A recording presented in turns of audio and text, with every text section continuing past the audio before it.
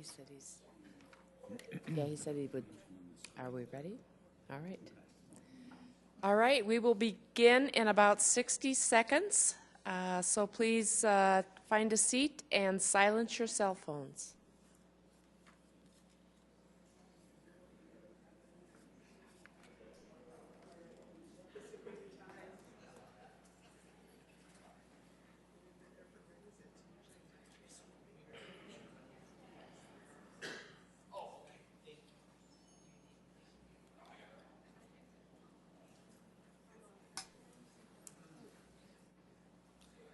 Didn't need gum until you asked, by the way. I'm sorry. Do they like ask the questions? Does it go all the way like around, or how's that go? I don't know. There's probably like,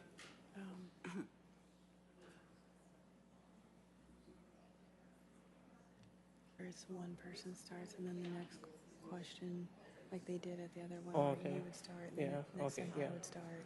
Okay. Welcome to the 2016 Sioux Falls City Council Candidate Forum for the at-large Northeast, Northwest, and Southwest districts. I am Betty Oldenkamp, moderator for today's forum and representing the League of Women Voters of Sioux Falls.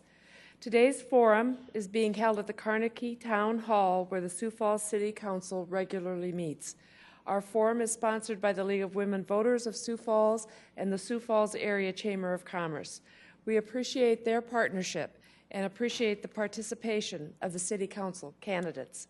There are 12 candidates that are vying for 4 seats, which include 3 running for an at-large position, 3 for the Northwest District, 3 from the Northeast District, 4 from the Northwest District, and 2 candidates vying for the Southwest position.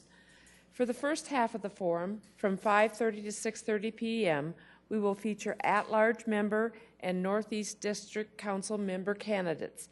At 6:30 p.m., we will take a 15-minute break, and then beginning at 6:45 p.m., we will conduct the candidate forum for Northwest District Council member and Southwest District Council member candidates. Our forum is live on April 7th, and if you are watching at this time, you can call in with questions by dialing 367-8080.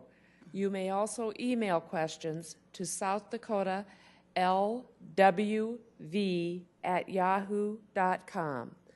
Today's forum is also being web streamed and is available for viewing at www.siouxfalls.org under the Sioux Falls Council Meetings link under Key Resources. The forum will be rebroadcast on CityLink, on Midco Channels 16 and 594, and on Vast Broadband Channels 11 and 511 several times prior to the election. We hope that you all encourage your family, friends, and neighbors to view and become informed voters. Election Day will be Tuesday, April 12th, and conducted at 57 precincts throughout the city of Sioux Falls. These polling centers will be open from 7 a.m. until 7 p.m. For specific precinct locations, please visit the City of Sioux Falls website, again, www.siouxfalls.org. The format for tonight's forum is as follows. Each of our candidates will have 1 minute for introductions, and as we present questions, they will each have 1 minute to respond. At the end of the session, there will be 1 minute for closing comments. There is no rebuttal time. We are requesting questions from the audience, so please write questions on the note cards that are provided, and a volunteer will collect them. The League of Women Voters will sort these questions and determine that they address issues pertinent to the role of a Sioux Falls City Council member. If you are watching at this time, you can call in on April 7th with questions by dialing 367-8080. Again, you can email questions to southdakota.lwv@yahoo.com. As we start, we do ask you to turn your cell phones to silent. If you feel the need to hold a conversation, please do so outside of this room. For the candidates, please remember your mics remain live at all times. The introductory comments will follow the order in which the candidates appear on the ballot. We will begin with the at-large candidates. John Paulson, You're first. Thank you. Hello, everyone. I wanted to tell you why I'm running for City Council. I love Sioux Falls, and I believe a positive approach to city government is best for our community. I have a really keen interest in government, and I want to use the experience I've had in administration and community development to work with the council on the important decisions that they will be making in the future. I come from Sioux Falls originally, along with my wife Jane, born and raised here. We returned 32 years ago to raise our daughter Emily here as well. I just wrapped up a 40-year career in healthcare administration, the last 30 years of which were at Sanford Health.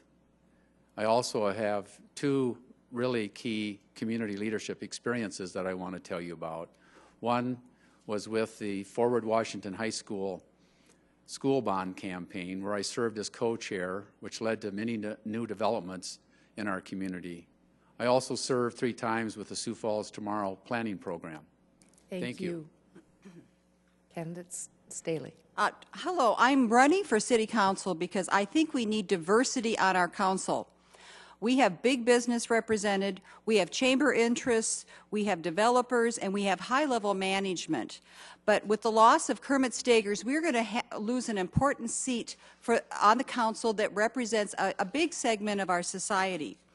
I've lived in Sioux Falls for 35 years, and during that time I have tried to be an advocate for people, to give back to people. One of the ways I did that was I got involved with the Snowgate petition drive. We successfully brought that service to all the citizens in our community.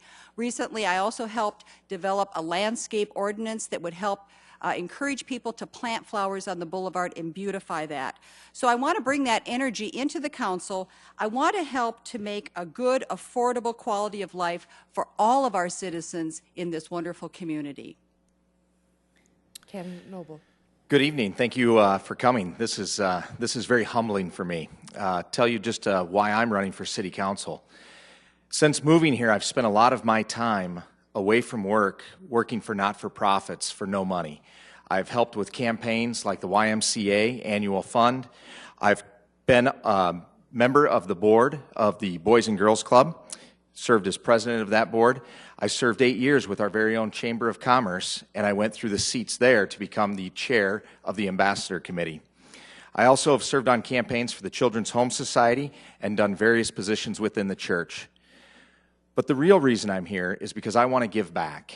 I'm a true believer in giving back, whether it be to a city that has blessed you so much or just to somebody next door who you might have borrowed an egg from.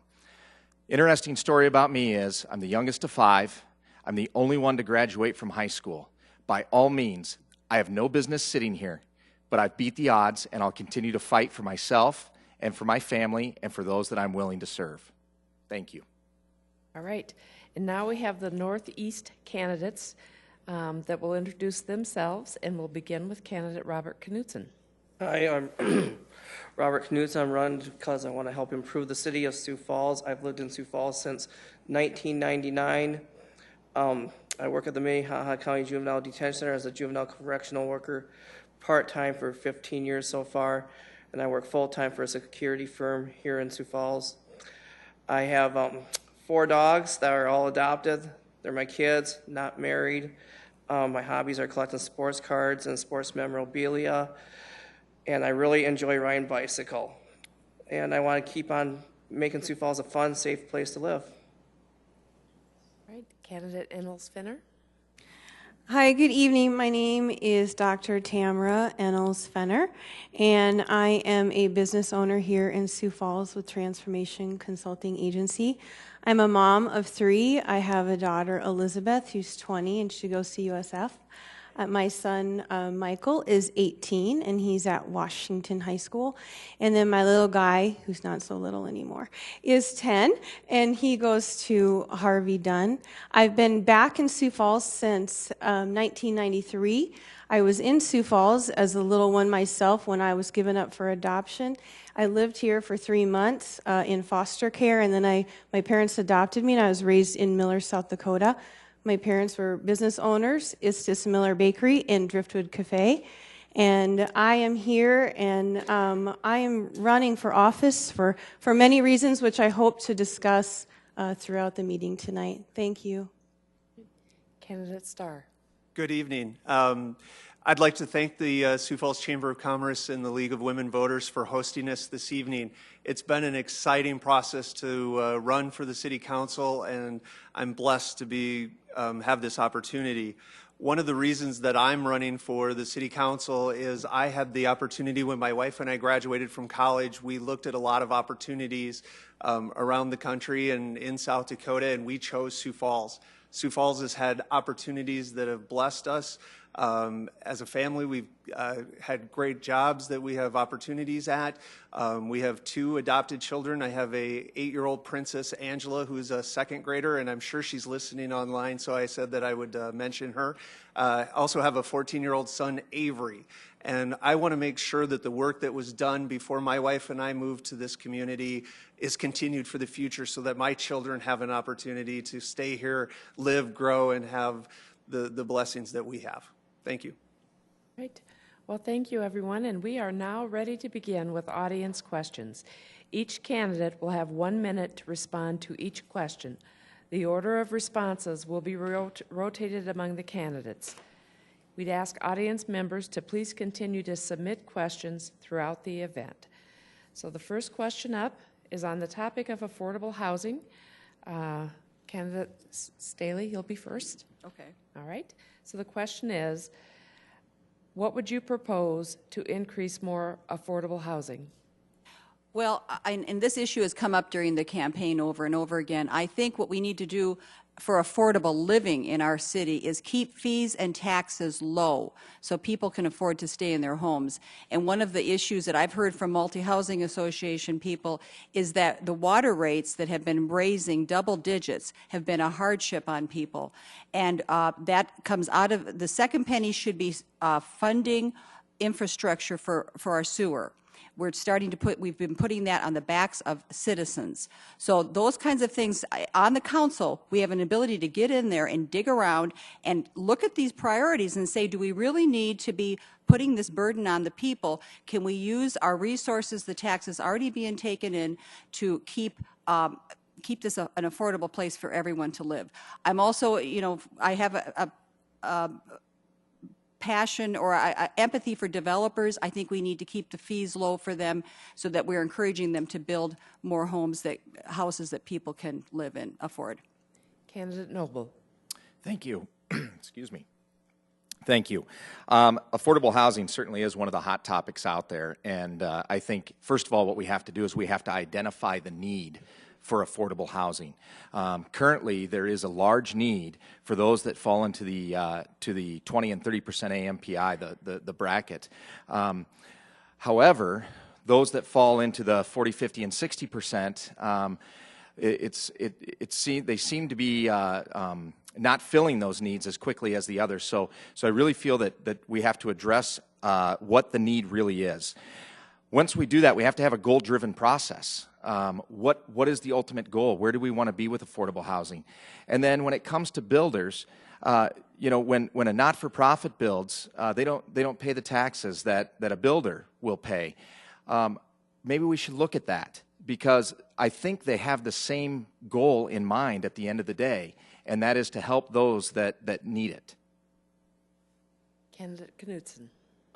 Yeah, for affordable housing, in my notes here, I saw that we have over 3,465 households on a wait list for affordable housing vouchers here in Sioux Falls. And we do need more affordable housing for the city, and we could probably get more with tax increments and other options. Candidate Endel-Spinner. Affordable housing really is a big deal, and when you consider some of the things that have occurred just right here in this room this week, there was a fee that was put on to builders and developers that will increase the platting fee 130% over the next 4 years. And so we're looking at a situation where city government is kind of bringing some big problems onto themselves. And so we have to start looking at these things. We need to start picking them apart. So if I am serving as city council, that's the first thing I'm going to do is start digging into how can we put more money into affordable housing, lower some of these fees so our builders are not burdened with heavy fees that then are put onto the citizens, which of course is going to raise their rents. We're already at a lower wage level within the community, and so we're struggling, and my time is up. It's amazing how fast a minute goes. Candidate Starr. Thank you. I think I wanted to build on that a little bit. When the council talked about platting fees this week, the thing that was missed in the discussion, or it came up a little bit, is that there was an arrangement made with the builders in town that the city would take care of 70% of the fee, or the builders would pay for 70% in platting fees and 30% from the city. And that hasn't happened. And so that's why the cost adjustments need to happen for those one-time fees.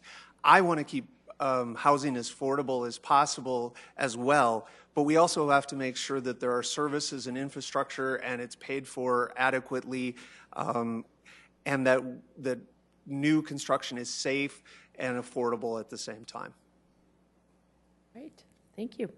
Oh, I got to come back around. Yeah. Candidate Paulson. Affordable sorry. housing, a very important priority, and one that the city can do many things about as part of the community effort in regards to addressing the need for more affordable housing. In particular, incentives or investments that the city can offer to facilitate the maintaining of a lower cost structure for construction associated with affordable housing development. And with the builders and the landlords develop a strategic plan for how the gap between the demand for affordable housing and the supply can be decreased. And I think going forward, that type of strategic plan will establish what we need to do and mechanisms for doing it that we can work on going forward. All right, I think I've got everybody now. So we'll move on to question number 2. This time we will start with Candidate Noble. And so this is a question about government structure. Sioux Falls keeps moving into both Minnehaha County and Lincoln County. What efforts should be made to make our city government more of a metro government with these two counties? Well, I don't see that getting any better. First of all, at the rate that we're growing, the city certainly is in a unique position where we not only serve Lincoln County, but we also serve Minnehaha County. So there's going to have to be some collaboration between the two. There's going to have to be a lot of communication. There's going to have to be a lot of foresight. But I think when we look at this, we can't just look at what's going to happen over the next 2, 3, 4, 5 years. We have to really look at and devise a plan that's going to sustain us for the next 5, 10, and 15 years. Growth is certainly a good thing as long as we're growing in the right way. And we certainly have seen our fair share of growth here in Sioux Falls, especially while the rest of the world seems to be struggling just a little bit. We continue to move forward. So through collaboration, through open communication, I think those are things that we're going to have to address very, very soon. Thank you. Candidate Knudsen. I think both counties, both Minnehaha and Lincoln, should just all get together and just have one big game plan and go with it, like for the near future, and stick with it. Right. Candidate Inholz-Finner. Truth be known, I believe that, going back to the platting fee, I believe that what you are going to see because of the platting fee being so high, that people are going to begin to build within the Sioux Falls limits because there's no replatting fee. And so you're going to see a lot more developments within the city, and we're going to see a lot more going up.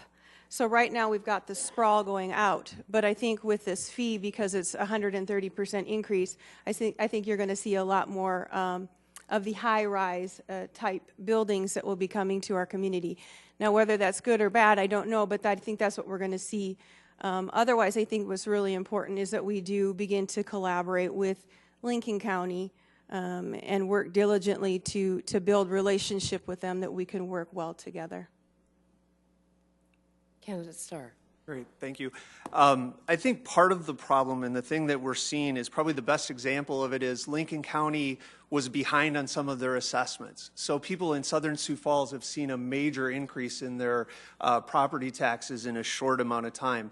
It's what happens when government's not planning and looking forward. So I think the solution to that is making sure that we're planning.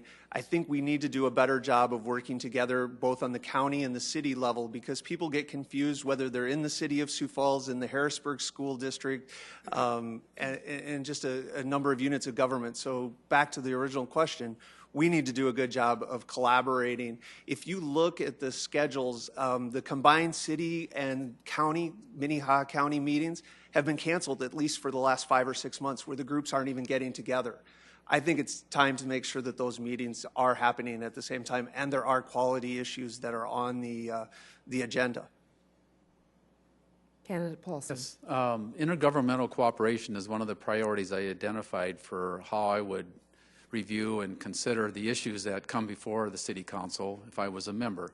And I think what it provides is the opportunity to maximize the benefits to our entire area, the entire metropolitan area. In doing so, we'll have an opportunity to do that through discussions that are going to take place regarding the Administrative Services Building with Minnehaha County and with Lincoln County as well. We do have scheduled meetings that can take place, and much of this has to do with talking with each other and working on something that can serve as an overall plan for what we want to achieve together, how we can better serve the people that we're responsible for serving either at the city or at the county level. And I think there's a great opportunity for it. I think there's energy out there for it. I think there's interest. And I think we just need to roll up our sleeves and get to work. Thank you. Candidate Staley. And I agree with Pat Starr in saying that there seems to be confusion in our people as to, you know, where can you vote, where do we go, which district are we in? And I had a friend recently who moved into Lincoln County, and she said she got the most beautiful package of information of her district and all sorts of user-friendly things. And I think periodically we should be giving that to our citizens, whether you're in Minnehaha or Lincoln County, and so you're helping people to know what the process is and how to get from point A to point B. But then also, if on the council, I would want to encourage them to look at ways that we can collaborate to have people share services so you don't have to travel all the way to Canton to do business. If there may be some things that maybe we could offer at our courthouse. I agree with these people. I agree with John that we need to be collaborating together, and whether it's school, county, or city, working together for the good of our community. Thank you. The next question, we will start with candidate Knudsen. We've had multiple questions submitted around the topic of transparency. So if you are elected, what would you do to improve transparency in city government, especially concerning contracts with private industry doing business with taxpayers? I would just talk to them and just try to work out a deal that works for both sides and have just everyone get along with it. That's it. Okay. Candidate Endels-Fenner? And the question was how? What would you do to improve transparency, especially regarding contracts with private industry doing business with taxpayers? I understand that transparency is a concern, as it should be. I think that there's a lot that we can be doing with social media. It's pretty easy nowadays to post whatever needs to be posted. I know there was at one point where there was an argument over changing when the agenda would be released for City Council, and people had a lot of strong opinions about that, and that's good news. People care about what's happening. I think that we can publish things. I think that there needs to be an understanding that we're not going to enter into legal agreements where things cannot be spoken of after signatures have been signed, and things like what happened out with the Premier Center. So really, it's pretty easy to be transparent in the 21st century. There's just too much social media and ways to present information for the public to easily put their fingers on. You. Candidate Starr. I think Tamara's exactly right. When our local media has to go to court and sue our city to get information, we're not being transparent. We can say it however we want, but it needs to be public information. One of the things that I'll do when I serve on the council is I want to look at how we are members of the South Dakota Public Assurance pool. And there needs to be lower limits of what information is put out to the public. If the state makes a large payment in a liability case, that's our tax money, and we should be informed on how that money is spent. And it shouldn't be one or two people in the entire state paying out millions of dollars in funds to settle lawsuits. Candidate Paulson. Yes, I think of transparency as an absolute. I don't think you can have pretty good transparency. I think you need to have it. And what seems to be our situation currently is maybe establishing an opportunity to identify what all the transparency requirements are and to make sure those are understood and how they're being met, and have a discussion if there's questions with regards to that. But I'd never want to represent that we're only doing a pretty good job or we still need to improve our transparency. I think transparency has absolute requirements in terms of open meeting requirements and other legislative established requirements for public organizations like the city is. And I think if we could have the dialogue around that, I think that would do a lot of good for people understanding what's available, how to get it, back to the social media and other types of mechanisms that can facilitate it. Thank you. And let's work on it. Candidate Staley. And this is one of my issues that I'm 100% transparency, 100% telling it straight to the public. And I think the media has to do a better job of covering things. I'm going to mention Kello. I talked to Angela Kennecke this morning. I commended her on what she's doing covering the Platt situation. In fact, I think she's just been given the full-time position of investigative reporter. But we need to be shining that same light on what's happening within our city. And no entity is perfect. And anything that's not open to the public is open to corruption. And I'm not saying we're corrupt here, but I think as elected officials, I want my people to be telling it straight, getting fresh water in, and that's having the public very involved in what's happening. And if I was elected, I would be constantly engaging the public. I've been doing that as a citizen, telling it straight, getting the news out, helping to inform people, because that is healthy for our city. Thank you. Candidate Noble. Thank you. Transparency, a word that we have heard several times over the last few months, I think. I think we've all said it. I'm going to sum it up very quickly. Communication amongst the city, private development, and citizens. Inform, inform, and inform. All right. The next question, we will begin with Candidate Innes Fenner. This is, we've had multiple questions relative to transportation and transportation infrastructure. So how would you encourage the use of more public transportation, and what would you do to encourage policies for more livable communities, so bike paths, walking paths, transit, etc.? Transportation, there's some... Honestly, we've done a lot of research on it. I mean, this started back in 2010, and there was research done for light rail. And so they kind of went to the big, wide look, and now we need to bring it in. And there really needs to be healthy options. I love the idea of bicycling. And we have a lot of avid bikers here in Sioux Falls, and I think it's a great idea to begin to have conversations about how can we allow these bikers onto our streets. I think there's some education that needs to happen there. Healthy options are things that we need to talk about, like what was mentioned with more bike trails, things along those lines. I think really honestly we have to think out of the box in order to say what works well for Sioux Falls, for our community, because right now the busing system, the way that we have it, is not working. Thank you. All right. Candidate Starr. Well, I think that's one of the exciting things about serving on the council is the mayor has the opportunity to run the administration, the day-to-day business of the city. The council gets the opportunity to provide vision and the leadership and be able to dream a little bit. And I think it's the council's role to come up with ideas, whether it's light rail or things that will take us to the next 20 and 50 years. So in that process, I think we have to have an opportunity to do those things with biking and walking and providing opportunities for a healthy community. Councilor Erpenbach, during the discussion of paratransit and paratransit fee increases here just in the last couple of weeks, basically said that our transit system is a mess. And so on that list of things that we need to do is we need to come up with a better routing system for the bus, and it'll take leadership from the council to make that happen.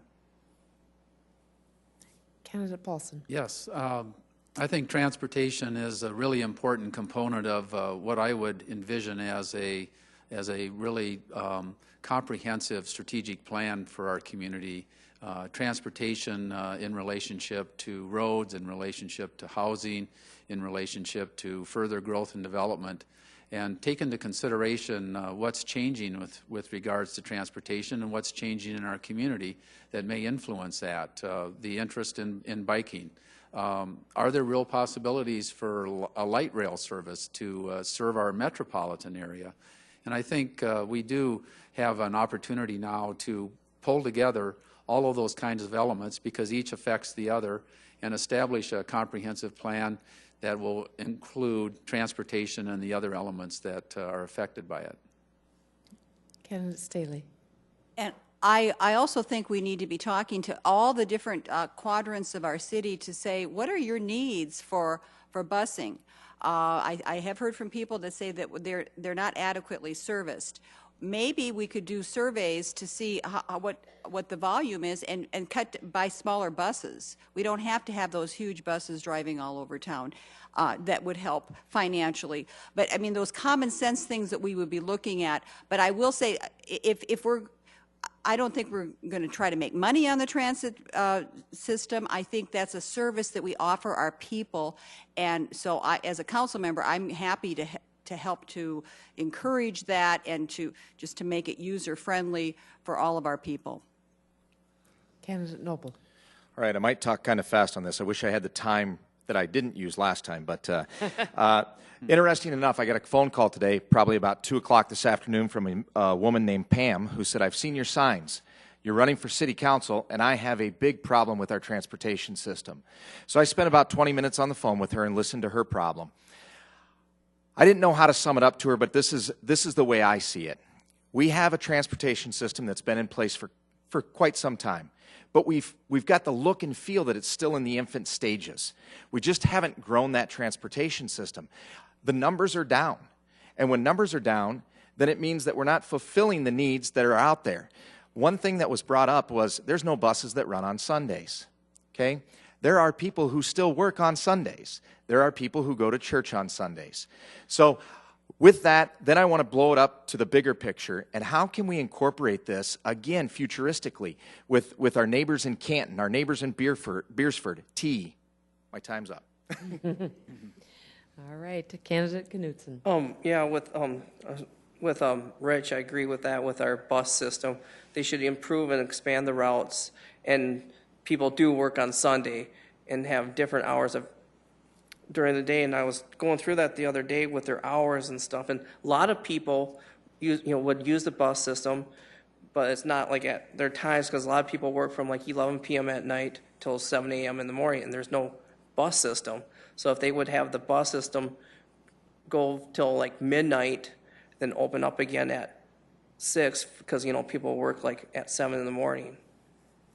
And then I still promote like bicycle riding and doing bike routes and more bike paths and educate more people on the bike rules and laws. That way more people get promoted and want to buy bicycles and go that option. Thank you. Just a reminder for those of you watching live on April 7th, you can call in your questions to 367-8080 880 or online at southdakota.lwv@yahoo.com. All right, we will move on then to the next question. This one we will begin with candidate Paulson. And the question is, Actually, I think it's my turn. I think it's Pat's turn. you guys are right. I don't want to go first, but Well, too late. You spoke up. Can we hear the Candidate question? Starr, And- it is yours. Regarding the growth of Sioux Falls, what is your vision for the growth of Sioux Falls for the next 5 years? one of the things that I'm really excited about that I wanted to talk about as part of my campaign is the redevelopment at the railroads downtown.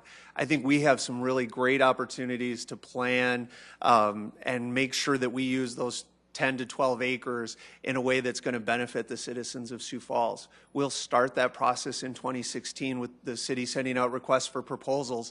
And I think it's something that I would encourage the public to be part of that process, that we have plenty of opportunities to be part of that and share. I've already heard people talking about the amount of green space. In fact, I was talking to a lady this afternoon who's got it in the 8th and Railroad building who already has it planned out for ice skating rinks and parks and opportunities. So there needs to be a good mix with the use of that land and making sure that there is a buffer between the railroads and being able to keep the noise down. All right. Now we'll go to Okay. candidate Paulson. I mentioned a vision and a strategic plan, and as part of that for Sioux Falls, I think it needs to include cohesiveness. That would be part of the vision that I would have for Sioux Falls, where we work together, council, administration, and community, on what's the future that we want to have for our community, and how do we best go about accomplishing it. So that would be a very important part of my vision for our community in the years ahead. I think we have some exciting new developments coming. The railroad property could be the location for that next big thing in Sioux Falls, and I think we need to plan strategically for how that might be facilitated. The continued development of our downtown is part of that vision, working on our neighborhoods around downtown to strengthen them and to provide for them the amenities and the services to improve their situations as well.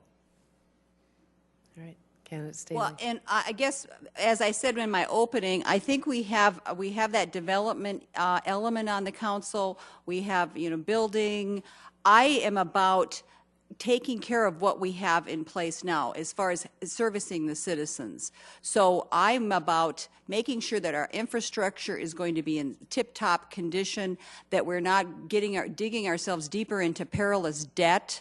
And are we all going to have that same mindset on the council? Of course not. But I think we can't just all be thinking about growth. Our growth has been happening, and that's fabulous. But I think we also need people to be, bringing another perspective into the mix. So that's one of the reasons I'm running, because I do think that's an important perspective to have. Candidate Noble. Thank you. I really respect what Council Candidate Staley is saying in regards to growth, but the reality is that's what's happening. And so within 5 years, we have to look at a true number, and that true number is going to be right around 190,000 people. So for me, what's important? Good parks, family-friendly city, that we don't lose that feel that Sioux Falls had 20, 30, 40 years ago. That when I sit down with Rick Noby and talk to him on his radio show, and he tells me about all the wonderful things, those things need to remain intact, and that's very difficult to do when you grow at the rate that we're growing. I also want to see downtown continue to thrive. We have a fantastic downtown, and we have many people putting in countless hours to make sure that stays the way it is and continues to thrive. And I certainly hope with our growth that continues. Lost my place again. Candidate Knutson. What I want to see more in the future for Sioux Falls is to get more affordable housing, to keep crime low, to improve our bus system with routes and times, and quit cutting Paratransit's budget. They've cut it the last 2 years. They need to give them more money, keep up with road maintenance and keeping up with the pothole situation. And get more diversity programs for the immigrants and refugees that come to Sioux Falls. That would help improve our city and encourage more recycling. Right. Candidate Innes Finner. My research shows me that 55% of all adults within their adult career nationwide are going to work for a small business owner at one point or another. We know that in Sioux Falls is probably much higher than that. And so I would really like to focus in on the small business owner, those who are currently in place, making sure that we're not putting a lot of rules and regulations on them that would bind their hands, that would keep them from being successful. And then also to start promoting that, is my time really up? Oh, so, what happened to 30 seconds? Start promoting for the folks who have the big dreams, that want to dream the big dreams and do the big things and step out and be small business owners. This is a really exciting time. We literally have the nations here in Sioux Falls, and this is something that we can celebrate. We have a lot of ethnic diversity. It's exciting, and I think that Sioux Falls, you know, we really can represent South Dakota well. Let's be South Dakota. And now my time really is up. Okay. All right. We will move on to the next question then, and this time we're going to start with candidate Paulson, right? Okay. This is a question about priorities. How would you rate the importance of these three items when it comes to priorities for the city? And one would be the highest priority. The three categories are fiscal prudence, entertainment/quality of life, and social issues. 111. I think that order is the one that I would use for priorities. I believe that we're able to use the resources that we have to ensure that the development we need and the social services that our community requires can be provided for, because we have been fiscally prudent and we have capacity. We're growing, and we're benefited by things like the entertainment businesses bringing people to the community and adding to our revenue. So I think that was a good order, and I think we're going to be able to do all of them. Candidate Staley. I think they're all tied together, and if that's what my desire for the council is, that as you move forward with quality of life issues, that you're using good judgment on spending. And to me, quality of life is going to be different than it would be for John Paulson. That's why I think we need to be serving all of the citizens, using our resources for any part of our town, because we're a growing city. We've got different, it's almost like a tale of two cities in Sioux Falls. And I think there's a great need for us to be reaching out past our own comfort levels to incorporate everyone into what's happening. Right. Candidate Noble. Well, yeah, Council Candidate Paulson, 111, that would be fantastic. But I'll do my best to answer the question. I would go 1, 2, 3, because I really think that fiscal responsibility, without that, then the other two really don't come into play. We need to be fiscally responsible. We need to take care of what we have, and then those other things are the cream, if you will, that we get to experience because we've done number one. All right, Candidate Knudsen. I agree with what Rich said. That's all I'm going to say. Pretty much covered all the bases on that. All right. Candidate Innes Finner. Well, I'm a mama, so you eat your broccoli first, and then you can have your dessert. So I think it's really important that we are prudent, that we're fiscally responsible, that we make those right decisions, that we take care of the sexy things like infrastructure, and get that handled long before we start to spend a lot of money pouring into entertainment. I understand that the entertainment brings people. I understand that there can be some good money with that. But if we aren't taking care of our roads, if we aren't making good decisions with the budget and the money that we have, then we're going to be in a lot of trouble. Right. Candidate Starr. We're blessed to have the opportunity to do all three of these things at the same time. Our responsibility to our citizens is, as far as I'm concerned, the top priority, being able to take care of the basic necessities of health and providing those things. The city provides probably some of the only dental opportunities for our indigent population in our community. We do a great job having, with our public health service. Obviously, it's important to be fiscally responsible and take care of infrastructure, make sure potholes are repaired. And then, again, it's nice. I like cake just like everybody else does, and being able to have those quality of life issues. But those quality of life issues are part of our responsibility to our citizens as well, being able to have a safe community to live in and recreate in. Looks like we have time for one more question before we move to closing comments. We will start this question with candidate Staley. Sioux Falls is lucky to have great high schools, tech schools, and universities at its fingertips. What are some things our city could be doing now to retain and engage young adults going into the future?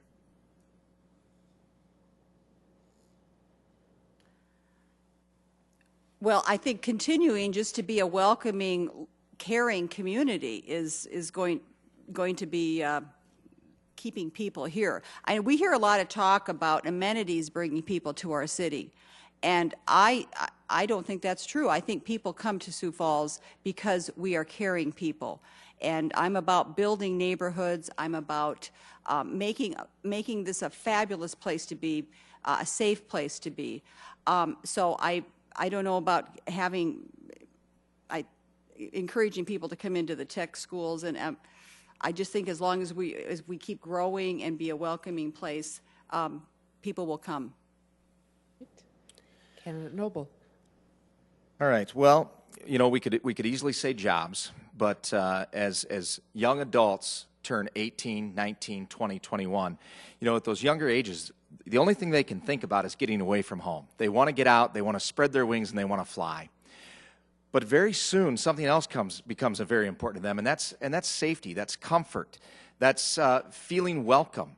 And so I think as long as we continue to move in the right direction and do those things with those young individuals, we will always be a place where if you were raised here or grew up here or you even were transplanted here, such as I was, if you open your arms to them and you provide them a safe place to go and work and live, they'll stick around. Candidate Knutson. I think Sioux Falls is doing a great job of what they're doing with this so far, and just keep on going with the flow and improving it, and just keep on making Sioux Falls a great, safe, exciting place to live. Candidate Innes Fenner. So I have 2 adult children that are going into college. Well, I've got one in college and the next one is going. So this is actually a really big deal to me that my babies stay in Sioux Falls. So I think that what makes them stay is Sioux Falls has a lot to offer.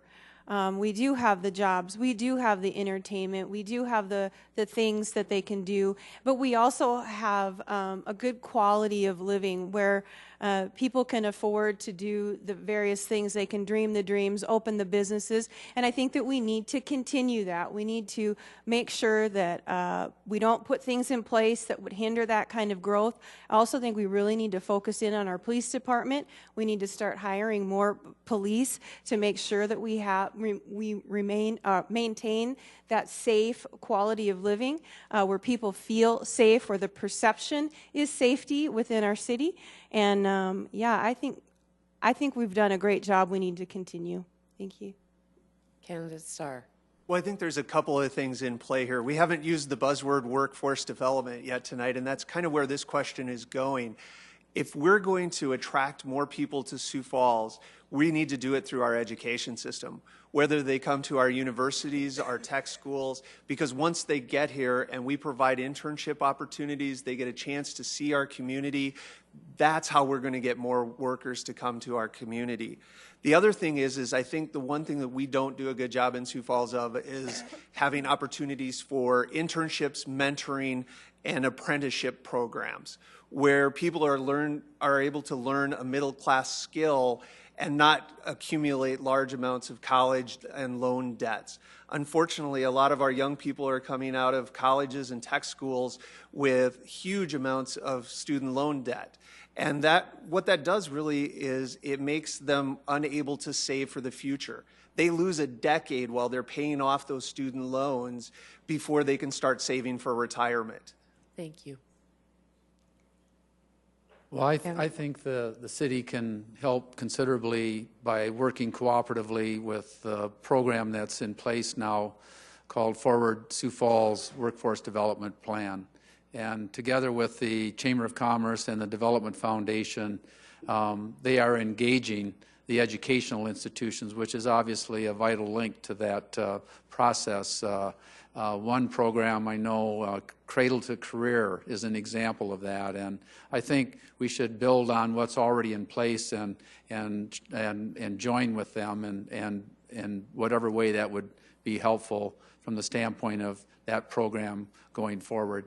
I like the idea of internship, and I think the city could be a leader in that and bring people, the younger students, into our city departments to begin to learn about the opportunities that would be here in our own community for them in the future. All right, thank you. Well, this concludes the first half of our forum. We appreciate these candidates, except for, I forgot one thing. I am just not on my game tonight. You guys get closing statements. There you go. So it is time for closing statements. Each candidate will have 1 minute, and we are going to begin with John Paulson. Okay, thank you. Great to be with you tonight, and thank you for being here. I want to say that I'm asking for your vote in a way that's very personal, and I hope you will vote for me because I believe that working together we can make Sioux Falls even greater.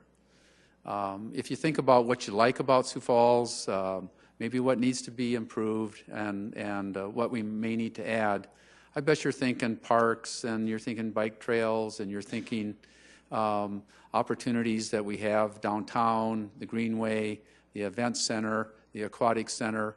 Those are things we like. We certainly are interested in smooth roads and the opportunities ahead for us to develop our community, as we've discussed earlier, and what's that next big thing.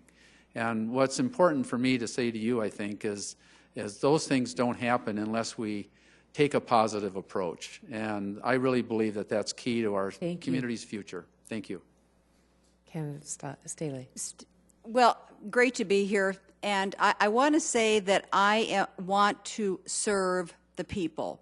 I have been serving the people as a citizen for the last 10 years. I've been politically active. I did the snow gates. I helped with the landscaping. I went out to Pier last year because they were going to try to double the amount of signatures needed to get on a statewide ballot. I went to the legislature and fought that because I'm committed to helping people. And I would love to be able to continue to put that energy as a city council person. I think I could do a great amount of good for our citizens. And I will tell you that everyone's street should be as pristine as my street and the mayor's. That would be one goal, and I've shown that I follow through on what I do. We need to put more energy into some of these basic services, and every citizen deserves to have this. I'm about giving everybody service in our community. I would appreciate your vote on April 12th, and you can vote early at the courthouse now. Candidate Noble. Well, I'll just start out by, first of all, thanking you, Betty, for being our host this evening. Then I want to take a moment to thank my family. My wife and 3 children have stood beside me this entire road, so I thank you for that. I want to thank my friends, my coworkers. They have sacrificed for me as my family has. And then I want to thank each and every one of you. It takes a lot to come out here and take time away from what you do on a daily basis, but it shows your commitment to the city of Sioux Falls. The only way that you'll know who the right person is after the election. So I encourage you to get out and vote. I'm asking for your vote. The only way that you'll see my energy, my passion, my enthusiasm is if I'm sitting in this seat right here come May 17th. So thank you. Right.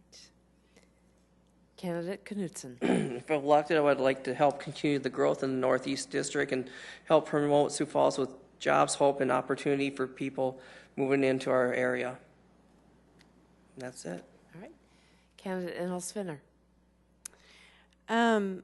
We are on the verge of some incredible economic and individual growth, but that really is contingent upon strategic plans that are put into place, and I would like to be a part of that. My work experience, education, and life experiences offer me opportunities to speak in places that other candidates cannot. I'm running because I love my city and I love my state, and I want Sioux Falls to be a safe place for families to live, to prosper, and grow. A city where ethnic diversity is celebrated, a city of hardworking individuals that are encouraged to dream big dreams, open small businesses, and flourish. And I would truly appreciate the opportunity to serve each and every one of you. Thank you. Candidate Starr. Thank you. Again, I want to thank the Chamber of Commerce and the League of Women Voters for hosting us this evening, as well as you coming out, both watching on TV, Avery and Angela, and those of you that are here in the audience. I want to encourage you to vote on Tuesday, April 12th, or vote early as well. The County Auditor's Office is open from 8 to 5 on Saturday morning, as well as 8 to 5 during the week now.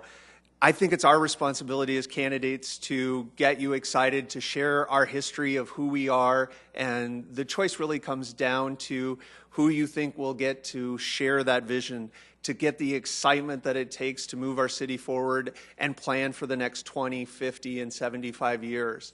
I hope that I'm that person. I hope I've earned your vote this evening, and thank you again for coming out.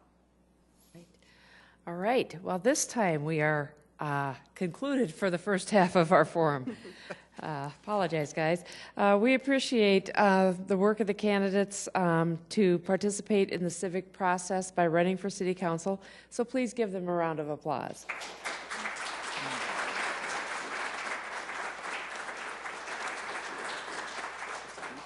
Again, this program is live on April 7th and will be rebroadcast on the CityLink channel several times between now and the election on April 12th.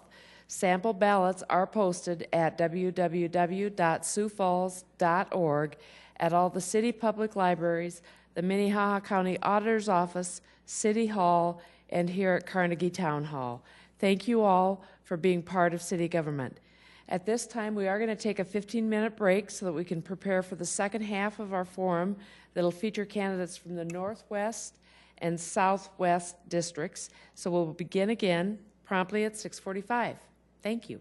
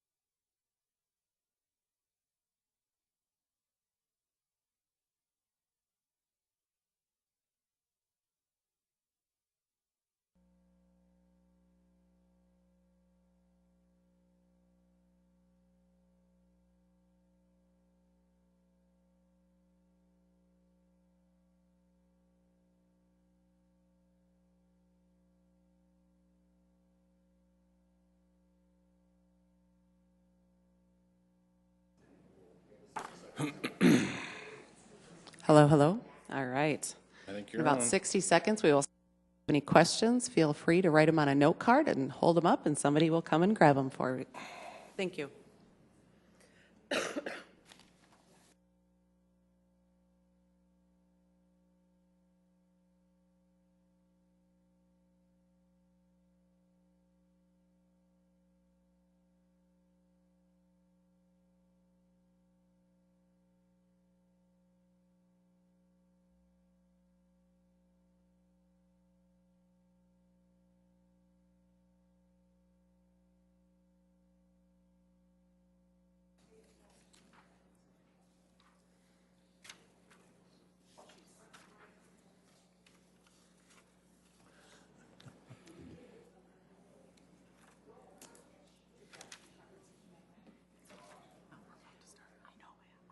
There was a question that came up.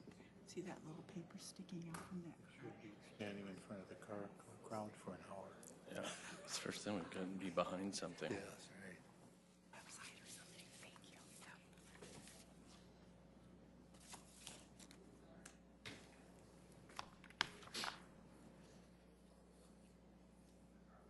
All right. All right. Welcome back. We are at the second half of the 2016 City Council Candidate Forum. My name is Amy Scott Stoltz, and I'll be the moderator for today's forum, and I'm representing the League of Women Voters of Sioux Falls. We have completed the first half of tonight's forum, featuring the at-large council and Northeast Council candidates, and will now proceed to the Northwest and Southwest districts. Candidates from the Northwest District include Jacob Johnson, Briggs Warren, Aaron Sertzka, Greg Neitzer, and Southwest District candidates include Manny Steele and Marshall Selberg. Tonight's forum is being held at the Carnegie Town Hall, where the Sioux Falls City Council regularly meets. Our forum is sponsored by the League of Women Voters of Sioux Falls and the Sioux Falls Area Chamber of Commerce. We appreciate their partnership and appreciate the participation of the City Council candidates. Our forum is live on April 7th, and if you're watching at this time, you can call in with questions by dialing 367-8080. This number will be appearing on your screen during the program, and you may also email questions to southdakota.lwv@yahoo.com. Tonight's forum is also being web streamed and is available for viewing at siouxfalls.org under the City Council Meetings link under Key Resources.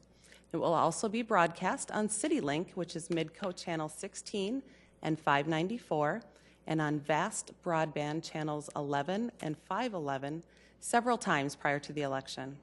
We hope you'll encourage your family and friends and neighbors to view and become informed voters. Election Day will be held on Tuesday, April 12th, and conducted at 57 precincts throughout the city of Sioux Falls. The polling centers will be open from 7 a.m. until 7 p.m. For specific precinct locations, you may visit the City of Sioux Falls website at siouxfalls.org. The format for tonight's forum is as follows. Each of our candidates will have 1 minute for introductions. And as we present questions, they'll each have 1 minute to respond. At the end of the session, there will be 1 minute for closing comments, and there will be no rebuttal time. We're requesting questions from the audience, so please write these questions on note cards provided, and a volunteer will collect them. The League of Women Voters will sort the questions and determine that they address various issues that are pertinent to the role of a Sioux Falls City Council member. As we start, we ask that you turn your cell phones to silent, and if you need to hold a conversation, please do so outside this room. The introductory comments will follow the order in which the candidates appear on the ballot, so we will begin with the Northwest District Council candidate, Jacob Johnson. All right, thank you very much. I am glad to be here for one more opportunity to feel self-conscious about myself. But I appreciate it. This is an interesting process that we've started here. My name is Jacob Johnson. I am running on Northwest District. This is my first foray into politics. But I grew up here in the Sioux Falls, South Dakota, in the southwest side of town, raised here for most of my life. I only left for a couple of years to do some missionary work out of the country. and to get some schooling and work opportunities. And my wife and I started our family here a few years back. We're glad to be here. We love the city, and I simply want to do my best to perform my civic duty here on the council. Thank you. Thank you. Briggs Warren. Hi, I'm Briggs Warren. I always believe in addressing the elephant in the room. So yes, I am a high school senior at Roosevelt High School. I am old enough to run. The city clerk has verified that. Going on from there, this is also my first foray into politics and city government. Last year, I started getting interest in the local happenings in our city when we voted on that school start date change. And the change in how that affected the students and the younger individuals in this community. And that's when I realized that the younger generation is not very represented in city government, and that's something that I'd like to change. But not only that, I believe that I can be a voice for the working class, the middle income and the low income individuals in this community who currently don't have representation on the council. Thank you. Erin Surtska. Good evening. My name is Erin Surska, and I'm running in the Northwest District. I grew up here in Sioux Falls. I graduated high school here and did my undergraduate here. I moved away only to go to graduate school and get my master's degree, and then I moved my family back. I am married to a Marine Corps veteran. He was active duty for 12 years. I have 3 children that attend our public schools. And I work currently for the Minnehaha County Commission as a coordinator there. I participate in community activities such as Leadership Sioux Falls. I've been involved in Sioux Falls Tomorrow, and I'm also a Rotary member. I hope to, the reason why I'm running is because I really want to serve the public. I feel like my growing up here in Sioux Falls and my passion to serve the people, along with my experience and my education, provides the right skill set to serve our community. Thank you. Greg Neitzert. First of all, thank you to the Chamber and the League of Women Voters for hosting this forum. My name is Greg Neitzert. I'm a 20-year resident of Sioux Falls. I've been married to my wife Jennifer for 14 years. We have a daughter, Olivia, who's 7, who goes to the Sioux Falls Public Schools. I currently serve on the Zoning Board of Adjustment. I've served on that board for the last 5 years. I'm in the middle of my 2nd term. I served on the Billboard Task Force last year, which proposed changes to the zoning ordinance that was adopted by the City Council. I've been going to City Council meetings for the last 5 years. I've been engaged, addressing issues, studying budgets, ordinances. I've spoken out on a number of issues, and I've stood up for neighbors and citizens in the city. With my background and knowledge, I'll hit the ground running as a city councilor. Thank you. Thank you. Marshall Selberg. Thank you, Amy, and thank you to the Chamber and to the League of Women Voters for having us today. I am a 15-year resident of Sioux Falls, South Dakota. I've grown up in the area. I've been in the area most of my life. Grew up in Hendricks, Minnesota, and went to school at South Dakota State University, where I met my wife, Jolene. We started our careers in Brookings, started our family there as well before coming to Sioux Falls 15 years ago. I am running for the City Council seat because I believe my 25 years of business experience and my community service has equipped me with the skill set needed to be an effective leader for the City of Sioux Falls. I have the commitment and the desire needed to serve, which I think is essential. And I think we all believe that there's no better city to live in than Sioux Falls and no better time to live here than now. And I would look forward to working with each of you to keep our city moving onward and upward as we go forward. So thank you for the invitation. Thank you. Manny Steele. Manny Steele, Southwest District. I'd like to give you a little bit about my background. Right out of high school, I went into the military for 6 years. And right out of that, I was hired on at the telephone company on construction, climbing telephone poles. While working full-time, I went back to college and got my degree in business administration during the evening. When I finished my 28 years with the telephone company, I was then in management and I was doing the hiring for the phone company. After a little while after that, I got involved in politics. I served 8 years as the state representative for the Southwest District. I was elected 7 out of 7 times, and I was term limited out 2 years ago. I have been appointed since then to 3 different advisory boards. I am now a lieutenant in the Civil Air Patrol, which is a volunteer organization and an auxiliary of the U.S. Air Force. We do search and rescue missions, and we train cadets from 12 to 18-year-olds in aerospace. My background is construction, management, and public service, and I believe this is what has prepared me for the City Council position. Thank you. All right, we will move on to the questions. And just a reminder to anyone watching online, you can call in at 367-8080 with any of your questions or email them to southdakota.lwv@yahoo.com. We're going to rotate the order in which we start with the questions.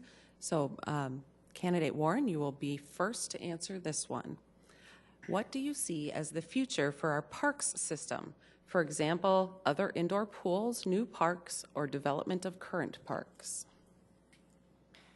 Okay, so for the park system, I believe that we should continue to maintain the parks that we have. Sioux Falls has a lot of wonderful parks, but we should make sure that we focus on improving the ones we have. But not only that, as Sioux Falls grows and as we expand outward, we should ensure that we build new parks, that everybody has a park nearby that they can go to. I remember summer days that I've spent with my friends playing them. It's a great place for kids to play and to grow up. And it's part of what makes Sioux Falls great, and will make us a good community that will attract young workers, which is what we need. That's all I have on that. Oh, nope, you have 30 seconds left. Sorry. The timer. No, that's all. You have 30 seconds left. Oh, okay. Yeah. Go ahead. Yeah. Sorry, I thought you were looking at the timer. My apologies. Candidate Sertska, you're next. Thank you.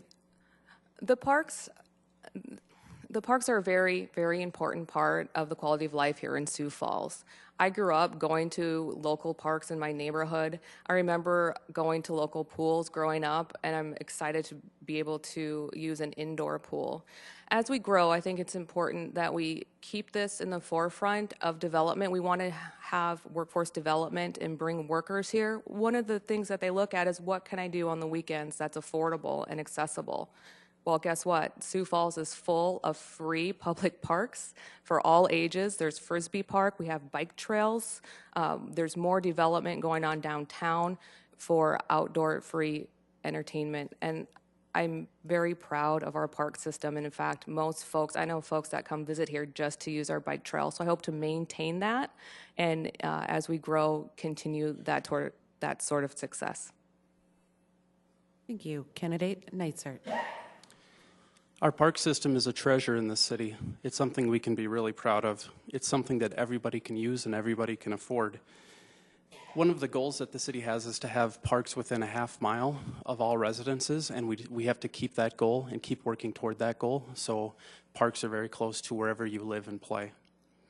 As far as outdoor pools, we need to get more outdoor pools. All of our outdoor pools, with the exception of just a few, are at their useful life.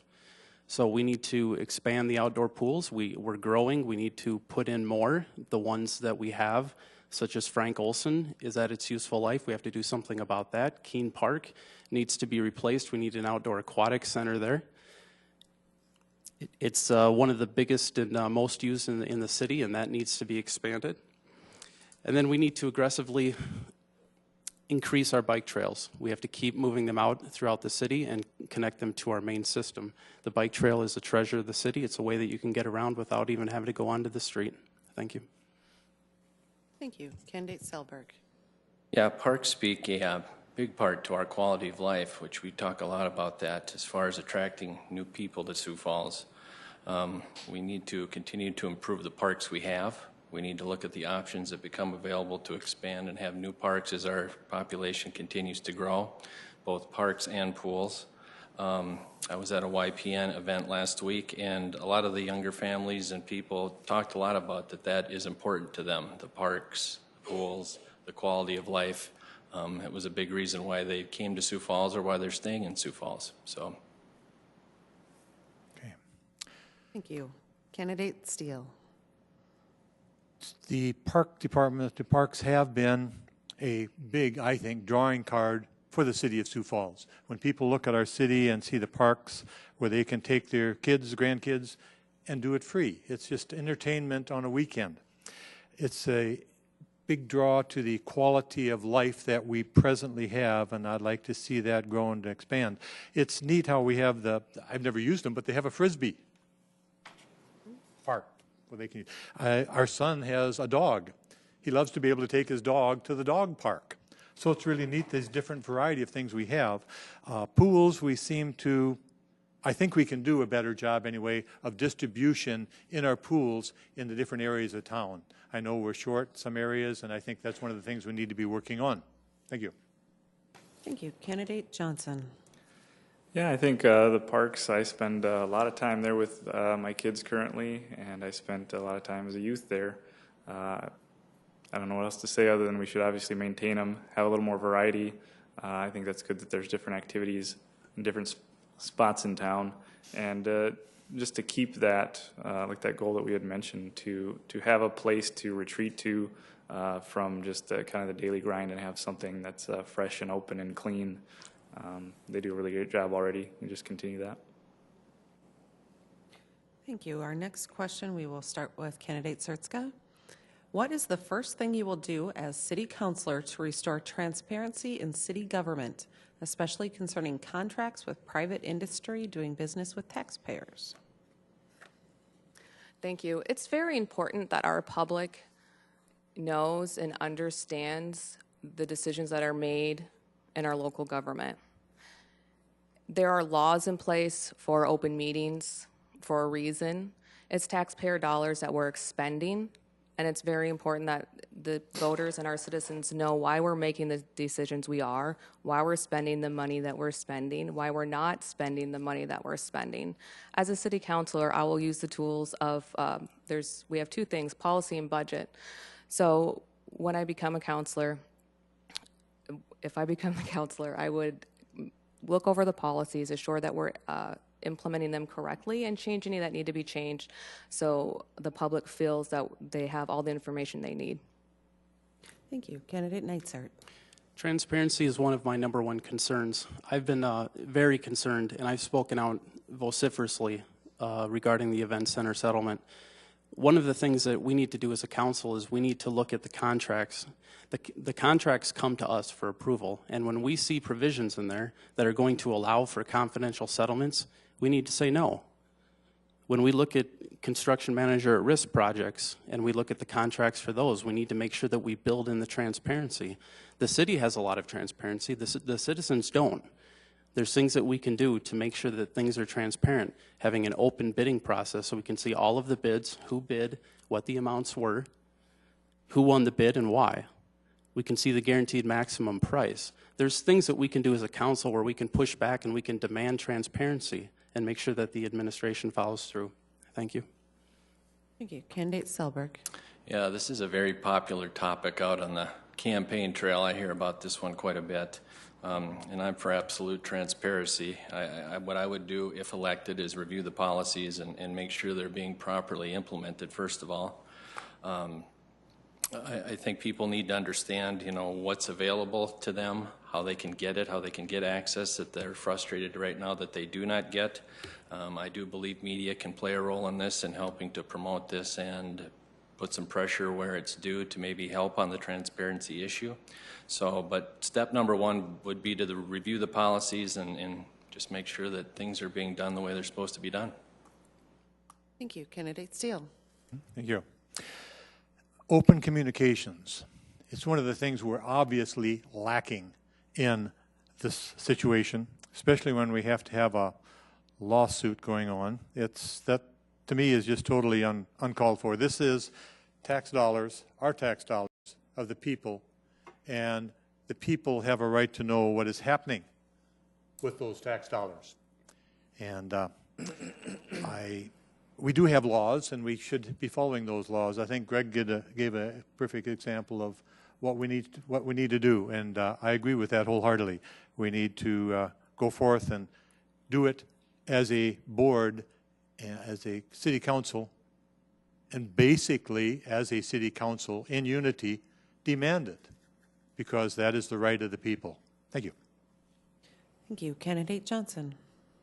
Yeah, I think there's been a precedent set that it's okay to hide things from the public, and breaking that's going to be kind of difficult.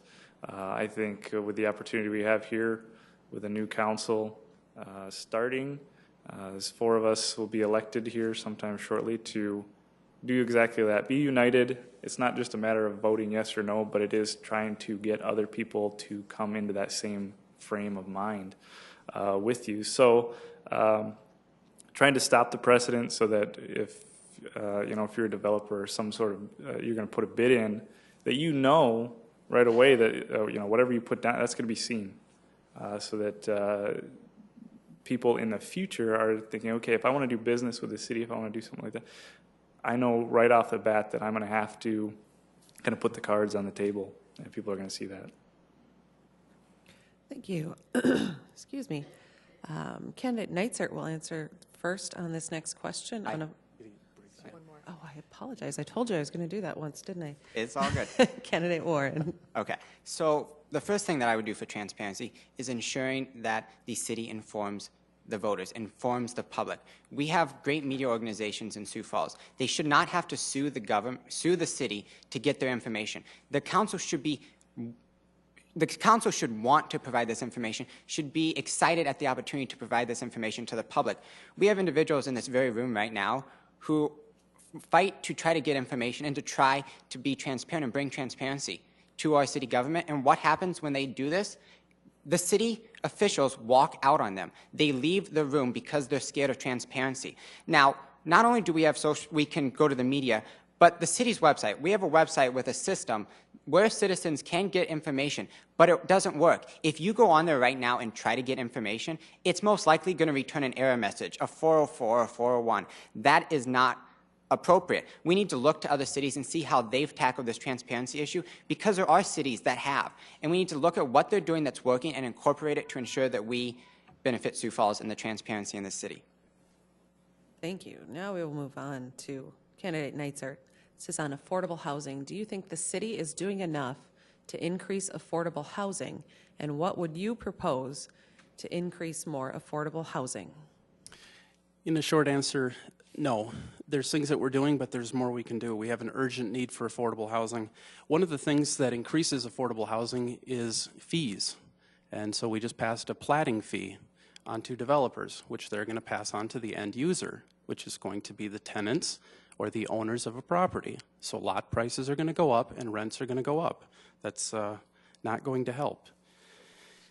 We also need to look at keeping our user fees for water and sewer, our basic necessities, low. Part of living in a home is paying your utilities. As your utilities soar, it's harder and harder to stay in your home. We need to be aggressive with affordable housing grants. We do have some good programs, but we have to keep working on it and increase those. And we need to be very careful about destroying affordable homes in the core of our city. As we continue to expand, institutional expands and commercial expands, we're losing our housing stock. So we have to balance that and figure out how we're going to preserve our affordable housing. Thank you. Thank you. Candidate Selberg. Yeah, I think we have to keep fees and taxes as low as possible. I think that if this is truly a priority for the city, they can look at options such as offering tax relief to the private sector when they work on affordable housing projects that have to do with the city. They talked lately about raising platting fees. I think on multi-housing it's about 130% increase in 1 year. It's kind of hard to call that an incentive when you're trying to work to improve more housing options. So some of these fees and taxes have to be reevaluated, I believe. Thank you. Candidate Steele. Thank you. I think we should be doing more of what we are doing now, such as the 40-unit building that we're building on the east side of town. I would like to see, and I'm not sure why it's not happening, is the Multi-Housing Association has a lot of smaller contracts in this town, and why can't we somehow coordinate those and also involve them in the affordable housing? Obviously, as has been mentioned, the fees. My water bill has doubled in the last few years. So these are things that we need to take into consideration. Homes being destroyed. I just went 22nd Street out by south of the hospital. They've just wiped out another 2 blocks of homes. They're gone. We're tearing down more houses than we're building, almost seems. It's crazy.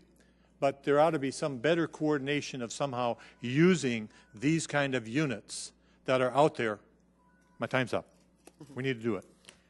Thank you. Candidate Johnson. Sure. This has been mentioned, these fees are going up. Obviously, the rates are going to go up for these apartment buildings and affordable houses.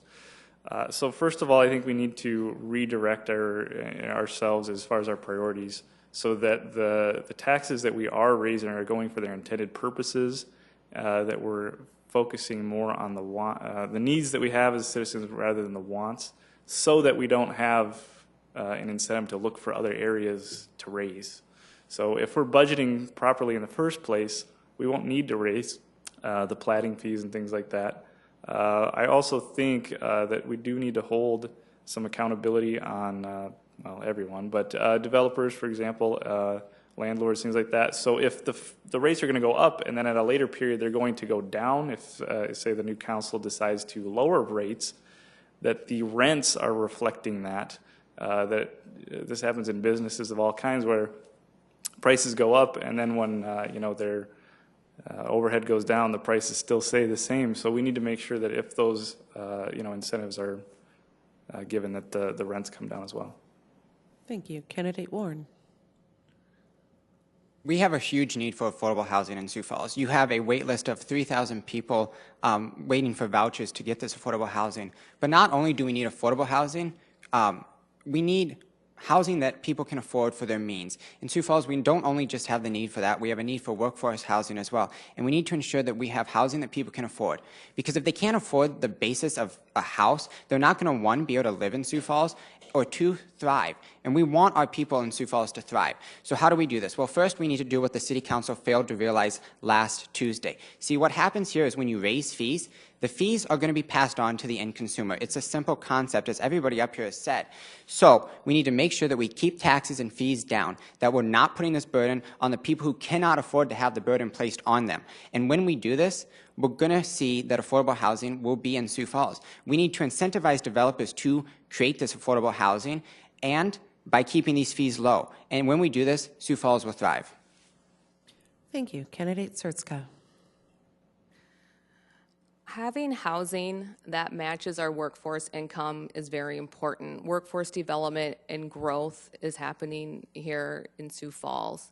The average, the minimum wage is right over $8 an hour, and they can afford right about $450 a month, which right now in Sioux Falls can get you an efficiency apartment. A person needs to make around $14 an hour to be able to afford a 2-bedroom apartment.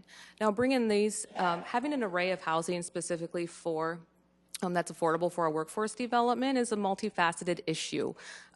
There's lots of opportunities in our community to collaborate between counties, private entities, and be involved in other collaborative projects. Right now there are things going on such as Sioux Falls Thrive, Southeastern or Sioux Empire Network of Care. I know the city is offering low interest to no interest loans to help develop this.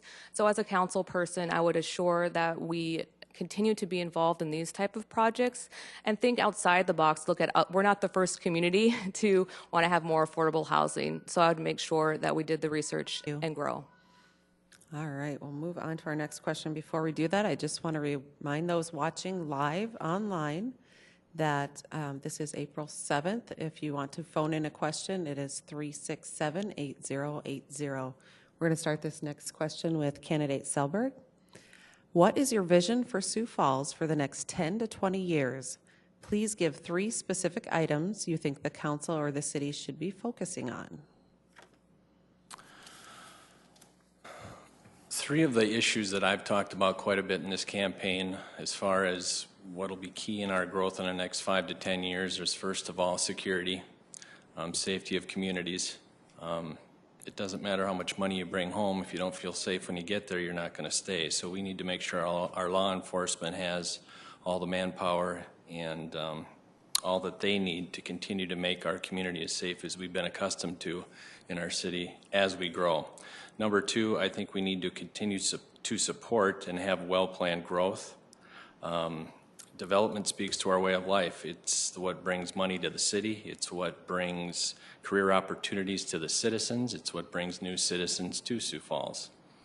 And thirdly, I talk about advocate and educate, where to me an educated voter or citizen of Sioux Falls on their city is a citizen who's going to be engaged in Sioux Falls, and they can have a part and have a say in what their city looks like over the next 5 to 10 years. So we need more people involved, and I would look to, my time's up.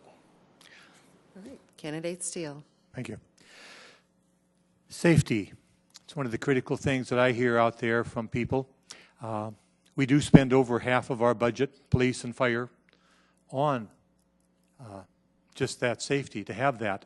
And I think that's critical. I think we need to make sure as our city grows, so grows our police force, and so grows as a new fire station out northwest. These are the things we need to make sure we stay ahead of, but in order to do so, one of the critical things we have to take into consideration is our budget. Where are we at with our budget, and what are we going to have over the next 5 or 10 years? And how do we go with plan A or plan B or plan C, depending upon what the budget is? The economic growth is one of the most critical things that we have in our city, and we need to stay ahead of that in the sense of how do we do that? There's a lot of things that involved in economic growth, and the economy all fits together, and it's a struggle to coordinate all that. Thank you. Thank you. Candidate Johnson.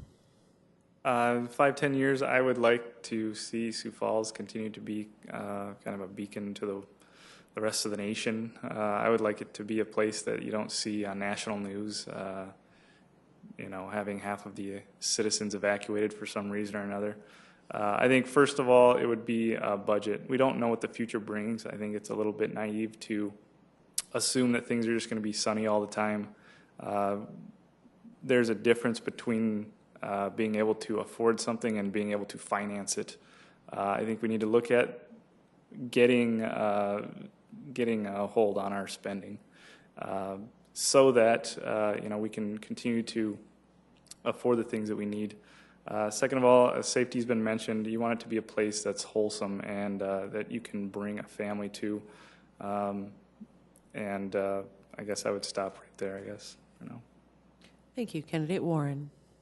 My future for the next 5 to 10 years is, let's not limit ourselves to the next 5 or 10 years. We should look further than that. We should look farther into the future, because when we only limit ourselves to 10 years, we limit what is possible.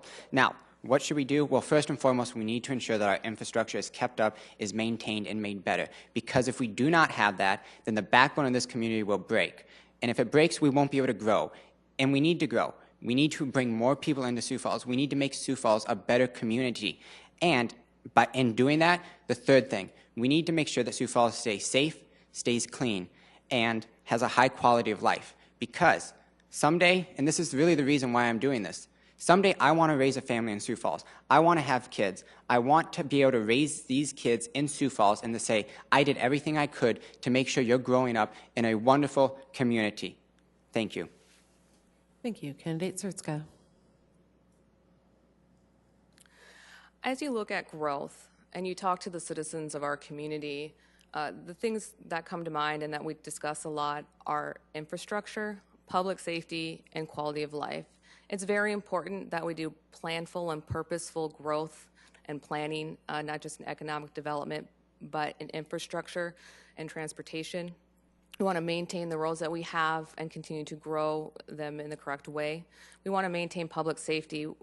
If you look statistically nationally, we live in a very safe community. It's good to support our law enforcement, and as we grow, our law enforcement grows with us, and make sure we support them as a council. And lastly, the quality of life. We have great quality of life aspects here. Both infrastructure and public safety play into that, but it's also important as we continue to grow to keep our quality of life where it is so we can keep Sioux Falls in the top 10. Thank you. Candidate Neitzert. My first goal would be restraining spending so that people can have affordable living. I'd like to move some of our fees back to the second penny on some of our basic infrastructure, such as our water bill and our platting fees, so that people can afford to stay in their homes and people can afford to live here. The second thing is quality of life that everyone can afford: pools, parks, libraries, bike trails. Part of the quality of life as well is being safe. That's the first and foremost thing. You're not going to have a quality of life if you don't feel safe. And then I think the third thing would be planned growth. That includes both traffic and infrastructure.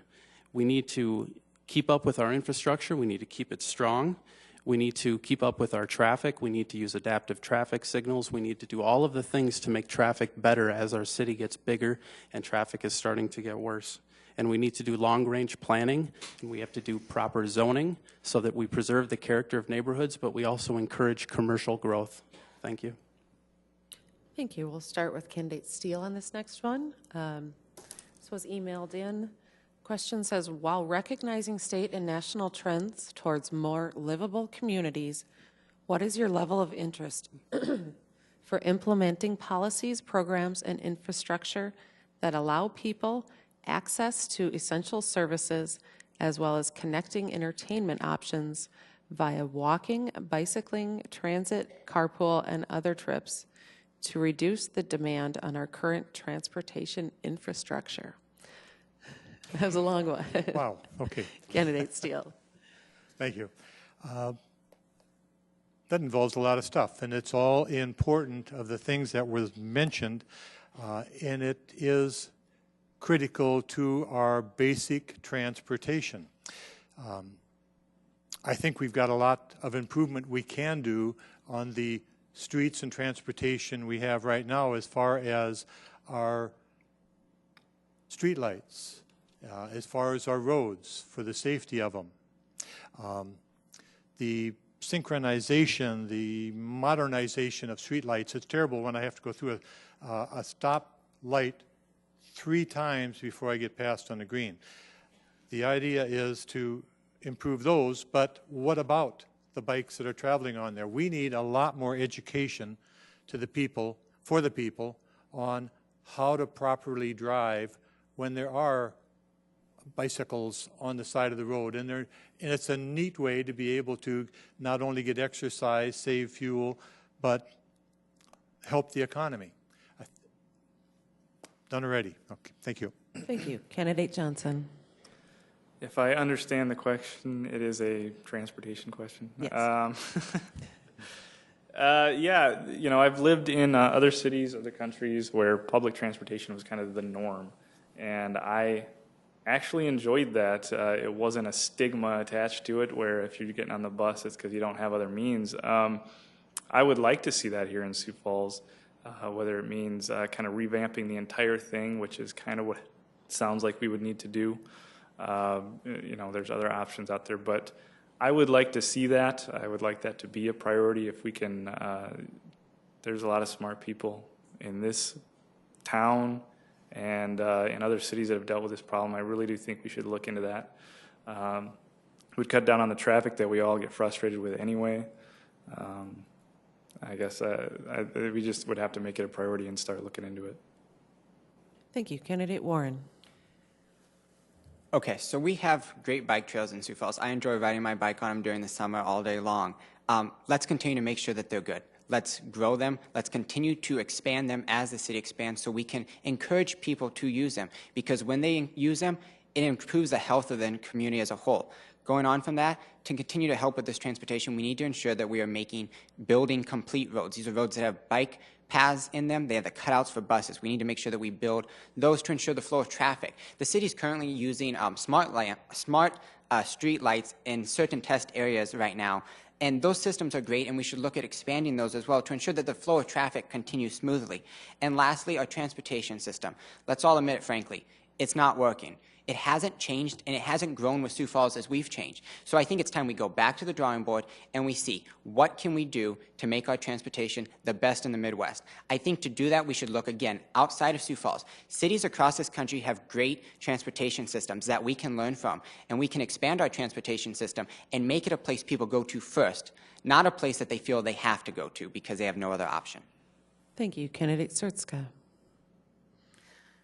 It's very important that our citizens have options, especially when you look at transportation. If you look at trends in other cities, they have things like bike lanes. They have a very well-utilized public transportation system. They have different options like Uber or other innovative things like that. And I think it's important as Sioux Falls that we continue to support that type of growth and those type of projects. I have seen bike lanes out on the west side, and that's phenomenal. I think it's important that we encourage our citizens to use these different options, that we continue to keep it salient as we grow, and especially as we develop downtown, keep things connected to our bike trails and make the quality of life accessible for our community. Thank you. Candidate Neitzert. This is a big question. The first would be, and has been mentioned before, bike trails. You never have to go on a public street. We need to keep expanding our bike trails. We implemented a complete streets policy in the city, which encourages bump outs for buses and bike lanes. You'll see that in some of the newer streets as they're being reconstructed. Another thing we need to do is aggressively repair our roads, particularly our neighborhood roads. As I've walked the district, I've seen a lot of the roads are in very, very tough shape. The biggest item, I think, is mass transit. Mass transit is a big issue and a big problem here in Sioux Falls. The way it's set up now, you're only riding it for the most part if you have to. It's so inefficient and it takes so long to get where you have to go that most of us that have a choice aren't riding it. And it's never going to succeed with that sort of a model. We're going to have to think big, and we're going to have to make some big changes to make it something that everybody will want to use and increase the ridership. Otherwise, we're going to be subsidizing it heavily, and it's just going to languish. Thank you. Thank you. Candidate Selberg. Well, we as a council need to help develop a vision of what we want our transportation system to look like. I mean, right now we have an inconvenient and complicated route system that's difficult to understand. And I know that there's been a lot of discussion underway recently about route scenarios, might entice more people to use it. And that's a discussion that's long overdue. But the fact of the matter on transit in that part, it needs to be more efficient. So I'm hoping that a lot of the press and a lot of the campaign here that's resulted in this really being talked about, I hope that results in some changes that will be made soon, and I would think with a new council we would see that. Thank you. We'll start this next question with Candidate Johnson. Sioux Falls is lucky to have great high schools, tech schools, and universities at its fingertips. What are some things our city could be doing now to retain and engage young adults going into the future? Well, I think a little bit of this was touched on last session here. People's priorities are going to change as time goes on.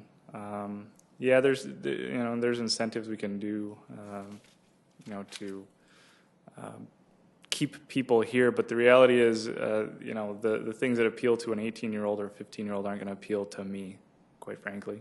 And I've noticed that in my own life. When I wanted a place to live and bring up my family, it was to return here, not to go somewhere else. So I think that if the city prioritizes, if we make this place livable, as we've mentioned in various other ways, simply by providing a good budget, protection, police protection, good neighborhoods, good zoning, all that kind of stuff is going to. People might leave, but they'll come back. That's how I see it, I guess. That's what happened to me. Thank you. Candidate Warren. So this question actually kind of makes me sad because I have a different perspective here. I am still in high school. So my friends who are seniors, we have 600 of them at Roosevelt, are having to make this choice of what do they want to do. And the thing that I hear the most, and it saddens me, is they want to leave. They don't want to come back. It's not because Sioux Falls isn't a good community. It is. It's not because we don't have these internships. The Sioux Falls School District has a wonderful internship program. It's not because we don't have good universities. We do. The problem is they feel like Sioux Falls and South Dakota as a whole isn't a welcoming and inviting environment. They look to the state legislator who this past session have proposed hateful laws. And when they see this, they want to leave. We need to make sure that we portray Sioux Falls as a warm and inviting community, as we know it is. And that is the main way that we're going to retain the young people we have and get new ones to come. But not only that, as we've mentioned already today, quality of life, ensuring it's there, safety, ensuring it's there. These things are what's going to do it, but we need to make sure that the people want to stay and feel welcomed here. Thank you. Candidate Sertska. I'm very excited about the opportunities that we have for education in Sioux Falls. We do have a phenomenal K-12 program, and we have technical school, and we even have higher ed opportunities. I think it's very important to engage our citizens and offer options. Our young folks, I have a high schooler myself, and I'm hoping that he decides to come back and live here and raise his family. I think it's important that we ask them, what do you look for in a community? What do you want? We want to make sure that you have the quality of life that you're looking for. We want to make sure you have the transportation options that you need. We want to make sure that we're growing the way that you want and that you see as the vision. So I think it's important to communicate with our citizens and to listen to the young folks to see what do they want and what do they want to bring here. One young lady said that a citywide Wi-Fi would be very, very, very phenomenal. And I said, you know what, that is a good idea. Write up a proposal and let's see what we can do about it. Thank you. Candidate Neitzer. This is an interesting question, and as was said, your priorities are different at 18 than they are at 30, so you know, it's hard to keep an 18-year-old here when they have dreams of the big city, but I can tell you personally, as you get older, your priorities change. You start thinking about family and where would I like to raise children. But addressing the question, there's things that we could do. We need to keep taxes and regulation low so that businesses want to be here and so that people want to live here and it's affordable to live here. We need to provide an outstanding quality of life so that you're going to want to live and play here. We need to encourage high-paying employment. That might include some sort of grants or city funding or something to get, or working with the chamber, the Sioux Falls Development Foundation, to get high-paying jobs here in town. And we do need to help encourage other forms, and maybe it's just public education, that there's other ways in which that you can get educated than just a four-year college. There's a lot of high-paying jobs out there right now, and they need a lot of workers in certain trades, electricians, plumbers. The home building industry is booming, and there's a lot of things we could do. Thank you. Thank you. Candidate Selberg. This is a question that helped inspire me to run for the city council seat, because decisions that are going to be made today are going to be the decisions that shape Sioux Falls in 5, 10, 15, and 20 years. I've got a couple of girls here that are in the home they're with us for about, one's graduating this year and one next, and I would like to have a Sioux Falls be a place where it's at least an option for them. Why would they come back here in 5 or 10 years, or anybody of their age? What's going to bring them here? It's going to be the quality of life. It's going to be topics we've already talked about: parks, security at home, development that brings jobs to Sioux Falls. But we need to have reasons and work on reasons that are going to bring the kids and generations here instead of Omaha, or having them go to Des Moines or a Fargo or a Portland. Thank you. Candidate Steele. Well, I personally feel Sioux Falls is a warm and inviting place, and I think we do a lot as far as our quality of life here. So does that mean we sit on our hands? No, there is a lot of things we still can do and improve. I think one of the things is the coordination or the collaboration between high school and tech schools and colleges. I don't think the flow is there that should be. There seems to be a certain amount of turf that, especially when you get to tech schools and colleges, of where they fit in. And I think we can do a better job of coordinating that. Internships. I think we can have a lot more internships, which helps immensely for the training part and the financial part for these individuals who are in this situation. I think our businesses need to be a lot more involved in our internships. But I'm happy with the quality of life here, and I think we can be proud of it. Thank you. Thank you. On to our next question. Candidate Warren, we'll start with you. What are your thoughts on building the $25 million administration building?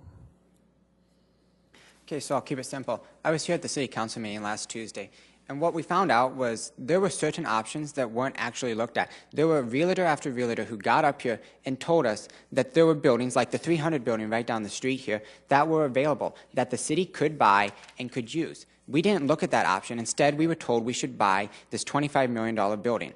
Now, actually, the building's only just $18 million, as some city council members would like to remind us. But $25 million is a lot of money and a lot of debt to take on. And I think we should make sure 100% that no matter, before we make this decision, we've looked at every avenue and we are setting ourselves up for the future. Tracy got up here on Tuesday night and talked about how in 80 years the savings we would have with this building. Well, in 80 years I will be 98 years old. So We need to look and we need to make sure that we're setting Sioux Falls up for not only the next 10, 20, 30 years, but long after we're all gone. And that's why we need to make sure that we do the right decision and thoroughly look at this, not rush it through. Thank you. Candidate Zertzka. As the city continues to grow, so will our city staff. And right now, our city staff, our space needs, we're busting at the seams. So I'm very grateful for the decision that was made on Tuesday night at the council meeting, because what that does is allow whoever is elected to be a part of the process over the next 6 months and have a voice in what option is chosen. They decided to go forward, but there is time to vet out other options, other buildings, other leases, and also there's time to collaborate with Minnehaha County and Lincoln County to do what's best for our citizens. Again, if you talk about doing what's best for the taxpayers, usually in business they say to have happy staff, that's how you make sure you have a happy customer. In this case, the customer is the taxpayer. So we need to make sure that we do what's right for the community over the next few months before October. Thank you. Thank you. Candidate Neitzer. I'll take a little bit different tack. The council really probably should have just deferred this. They voted for it, but they deferred the bond sale. So what they've done is they've put the next council in a really tough position because essentially the ball is rolling and somebody's going to have to possibly stop the ball, and that means they're going to have to, it's going to be, the onus is going to be on a city councilor, for example, to come up with some other option, and that isn't necessarily what they should be doing. The city should be bringing us an option. They should have just deferred it. And when we look at this, we need to be looking at maximizing taxpayer value. We're talking about a $25 million building. It looks like there's viable alternatives to do it for much less. Do we have a space problem? Yes. But there's a lot of other options we can look at. And the other thing I would say is opportunity cost. We're going to have another $1.5 million out of the CIP for the next 20 years. That is less roads that are going to be repaired in your neighborhood for the administrative building. We have to prioritize. Thank you. Thank you. Candidate Selberg. I agreed with the councilors who were taking the approach of doing due diligence and making sure we were looking into every option before moving forward. I don't think anybody is arguing the fact that space is needed, but their plan was, let's see if there's some way we can tie in with the county. Have we looked at every option out there? I think on Tuesday night we found out there are some options that people hadn't even thought of yet, the 300 building. So what do I think about the building? I was kind of going along with agreed with the thought that we're not saying no, but let's do a little more homework here and make sure it makes sense. So now that the vote's gone this way, I guess we'll have to see how that all plans out. Like I say, whoever is elected will probably, that'll be on their plate for a while. Thank you. Candidate Steele. Thank you. The building, as far as a new building needed, absolutely. We need a new building. Was this the process to go through to get this? I don't think so, and I was disappointed, quite disappointed, the fact that they set a deadline on this thing for October. I think it ties the hand of the city council as it comes in. It sets, deadlines are good in the sense if all the things can be met by that time. I'm not sure we will have all the information that should and needs to be by the time to make that decision. We haven't even come close, I don't feel, in the coordination and the collaboration between Minnehaha, Lincoln County, and the city of Sioux Falls. There is a long way to go there, and I think there's an absolute need to be able to coordinate this and keep that communication flowing. And I would like to see that done. And I'm disappointed that they set a deadline on it. Thank you. Thank you. Candidate Johnson. Yeah, I think there was a bad taste in people's mouths after the vote. I don't think it was done the way it should have been. There was even discussion and debate as to what the difference technically was between deferring it and just deferring the bond sale. So I think it should have just been deferred. The new council would have picked it up and looked at it. I just think, as with other things we mentioned tonight, there is just, again, space is an issue, but there just seems to be an eagerness to spend money, that we just frankly don't have. It's not an unlimited resource. If it were, great, But we should be looking at options, and hey, if it goes through in the end, that's fine. But at least we've kind of debated it, I guess, a little more than it was. Thank you. We are going to move on to closing comments. While you guys are gathering your thoughts here, I'm just going to remind the audience that this program is live on April 7th, and it will be rebroadcast on the CityLink channel several times between now and the election. Sample ballots are posted at siouxfalls.org, at the City Public Libraries, the Minnehaha County Auditor's Office, City Hall, and here at Carnegie Town Hall. So we'll go on to our closing statements. You'll each have a minute, and we're going to go in the same order. We'll start with Candidate Johnson. When someone asked me the other day why someone should vote for me, I kind of went off on a tangent. My wife said, "Why don't you just tell them, what you want to do?" I said, "I don't know," because I got nervous. But it's been an interesting process. I know that as a voter, there's only so many minutes you get to spend with us and ask questions and things like that. My goal has been to be as open and honest about things, to try to show my true character, have that come through. Having said that, I think we have, honestly speaking, a great group of people up here. There's not a lot of pretense up here. I think people are simply trying to do the best for our city. So I've appreciated just being up here with my fellow candidates. But yeah, go out and vote April 12th. Thank you. Candidate Warren.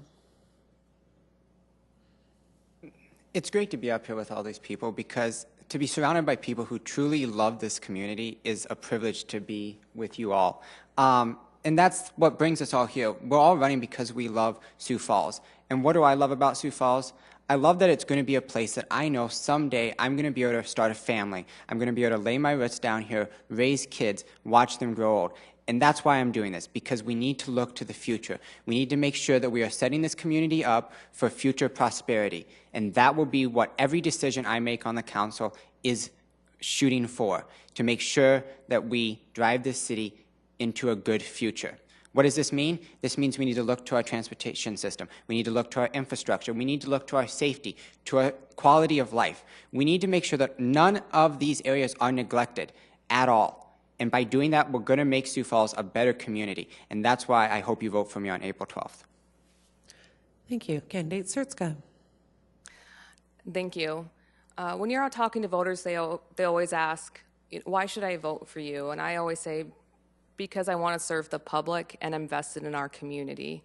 I want to make sure that my kids have the opportunity to come back to Sioux Falls and live the same way that they did growing up.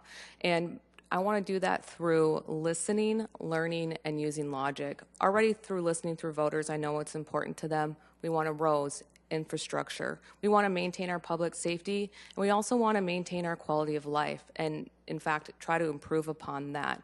So at the end of the day, that's why I'm running, is because I want to serve the public and help Sioux Falls grow, and I will listen to everybody. Thank you. Thank you. Candidate Neitzert.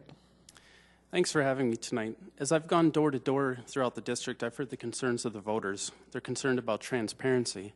They're concerned about spending and debt in the city. They're concerned about affordable housing. They're concerned about rising water and sewer rates. They see their roads deteriorating. They're worried about rising crime. And they want a quality of life that everyone can afford. Sioux Falls is a great place to live. There's nowhere else that I would want to raise a family. But we do face challenges as we move ahead. The city's growing explosively, and we have to manage growth. We have to keep the city an affordable place to live. Those who know me know that I do my homework. I listen to all sides, and I take my time. I'll represent the ordinary citizens because I am one. I'm ready to tackle the challenges ahead, and I'd appreciate your vote on April 12th. Thank you. Thank you. Candidate Selberg. Thank you, Amy, and thank you to the League of Women Voters for having us tonight. And I also want to thank my fellow candidates for running. I have a new appreciation for people running for office at any level. It's a lot of work, and I don't know about the rest of you, but I'm ready for a day off next Wednesday. But and what I also learned through this whole process, it's been fun. I've learned a lot about city government, and the nice thing that I've taken away from it is that I've met a lot of good-hearted, hardworking people that work for the City of Sioux Falls, both that work at the city and work at the council. They're very helpful, they're very smart, and whoever the fortunate four are that do get elected will have some big shoes to fill. So I'm hoping to be one of those four, and I appreciate you having me here. I'm asking for your vote on the 12th and really encouraging people to get out there and vote. Thank you. Thank you. Candidate Steele. We have a lot of yard signs to pick up on Wednesday. Anyway, my wife Barb and I have lived in Sioux Falls for over 30 years. We've raised our family here, and it's a great city to raise a family in, and I want to do my best to keep it that way. The economy is the critical part of Sioux Falls growing and continuing to be the place that we desire to live. With a strong economy, we can have the quality of life we all would like to have. Great parks to enjoy with our children and our grandchildren, swimming pools, bike trails, and at the same time, with the private industry, to have affordable housing for our citizens, assist in the funding of transit and paratransit systems for those in need of that services. We will be able to update the water, the sewer system, maintain our roads. We can only do this with a strong economy, and that's why I feel it's so critical, and this is what I plan to work for. I have served the citizens of Southwest Sioux Falls for 8 years, and I hope to do it for another 4. I'd consider it an honor. Thank you. Well, this concludes our City Council candidate forum. We appreciate all of our candidates that came out, and thank you for running for office. Just a reminder to vote on Tuesday, April 12th, and have a great night. Thank you. Okay.